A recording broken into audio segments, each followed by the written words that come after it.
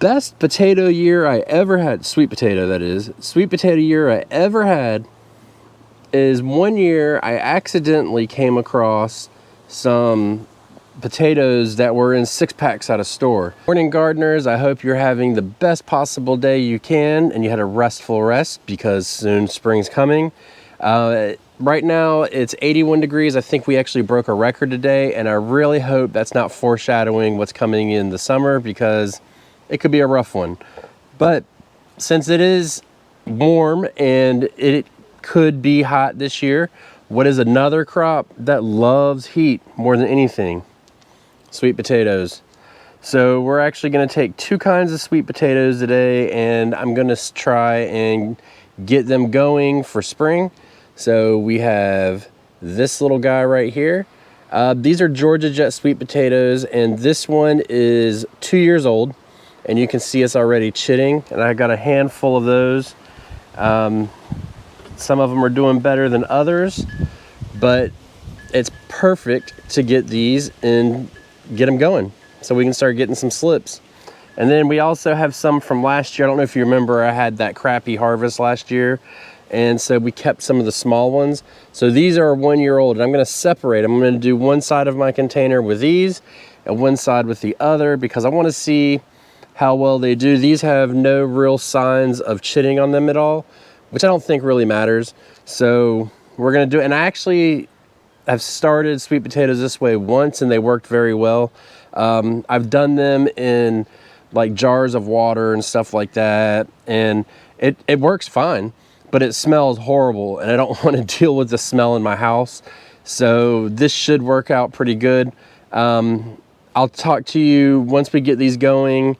I'll do multiple videos on these as they go, but I will show you or kind of explain to you what I'm going to do, what my plan is. Now that doesn't mean it's going to go that way. It could go any way we want, or any way it wants. Let me rephrase that. The garden kind of tells you what it wants. But let's get these going, and then we'll go over that stuff. I have this crappy container here. I hate using these, they're so flimsy. But this is what I had available, and I kind of ran out of time. So I just put regular topsoil in, nothing super fancy or anything like that. It's not about getting the potatoes to grow, it's about getting them to create the slips. So we're just gonna lay the ones from 2 years ago in like that, and we'll put them super close to each other too. I mean, they don't have to be spread far apart at all because you can already see, like right here, this is gonna be a slip clearly. So we'll be able to pull that off, and you're not going to get many roots off of here, and the sweet potato will not grow from the actual sweet potato. So you're going to have to do something afterwards to get that going.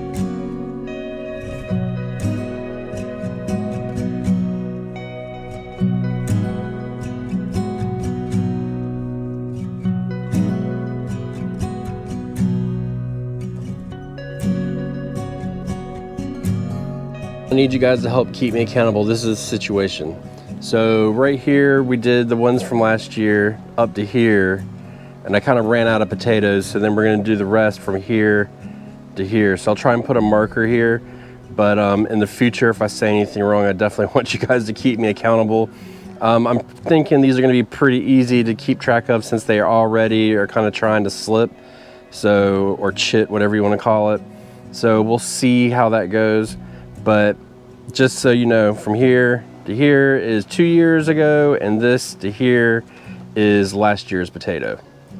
Sweet potatoes we're growing are Georgia Jets, but let us know in the comments what varieties you're growing and even why you're growing them, because they all do different things and different timings. So let us know below. The goal now is we're gonna cover them completely. I've got to get some more soil. I'm gonna cover it completely, and then I'm gonna water it. And then I'm just gonna stick it on my seed shelf and let it go. I was gonna put it in the greenhouse, but there's some there's some weather patterns moving in that could potentially bring us some colder than I would like weather. So until that kind of passes, and this could be like 2 to 3 weeks out, it's, you know, once you get past 5 days, who knows, but there's some signs of it. So we're gonna be very careful about that. and I'm not actually going to put them out into the greenhouse. I'm going to go ahead and put them on the seed shelf for now. And as we get warmer and warmer, then I'll start to put them out there. But once those slips start to grow, just say that everything works out good and like this slip right here grows, and you'll start to see a cluster around this area.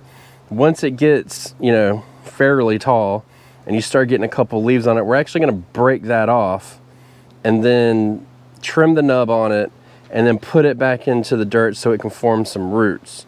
Now you could just, at that point, you could just go ahead and put it in the garden.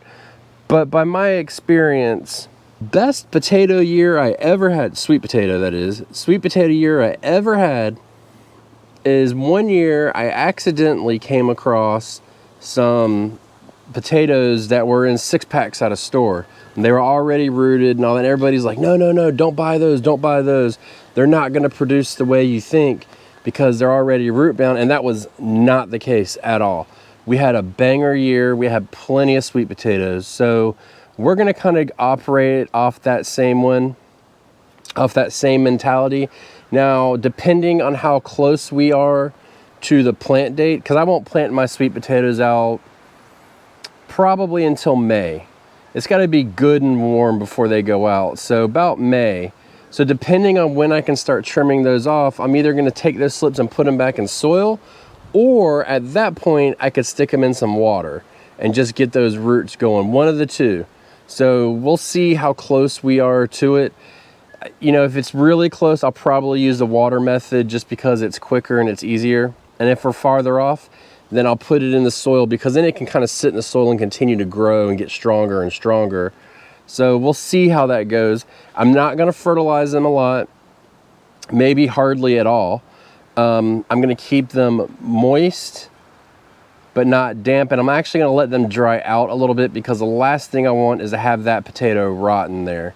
So after today, when we give it a really good watering, it's very possible that we won't actually water that sweet potato again for another month. So you don't want to really get it and keep it super wet, and you don't want to keep it super dry. It's a little bit tricky, but we're going to just keep it just a little bit, you know, a little bit moist. And then obviously when you water it, it'll be really wet and dense, but then we'll let it dry out. And so that's how you kind of stay ahead of it. And every once in a while you can go in and dig into the sweet potato right where it is and see if it in fact is starting to get soft or rot or anything like that. But I'll keep you guys up to date on this. It's something that I've personally been stressing about because as you get closer, I don't want these things to take off and then have vines all over my house. Like, it's one of those things that I really want to time out really good. So knowing that they go in later, it's one of the later summer crops that we start. So that means that soon we're going to be doing okra. We'll be doing our squashes and stuff in a couple weeks as well. So now we're starting to really get into starting seeds for our summer plants. So this is really the kickoff point. So I'm super excited. I love growing. There's nothing better than digging in the dirt and pulling out a big old sweet potato. It's like a treasure hunt. It's awesome. Goodbye.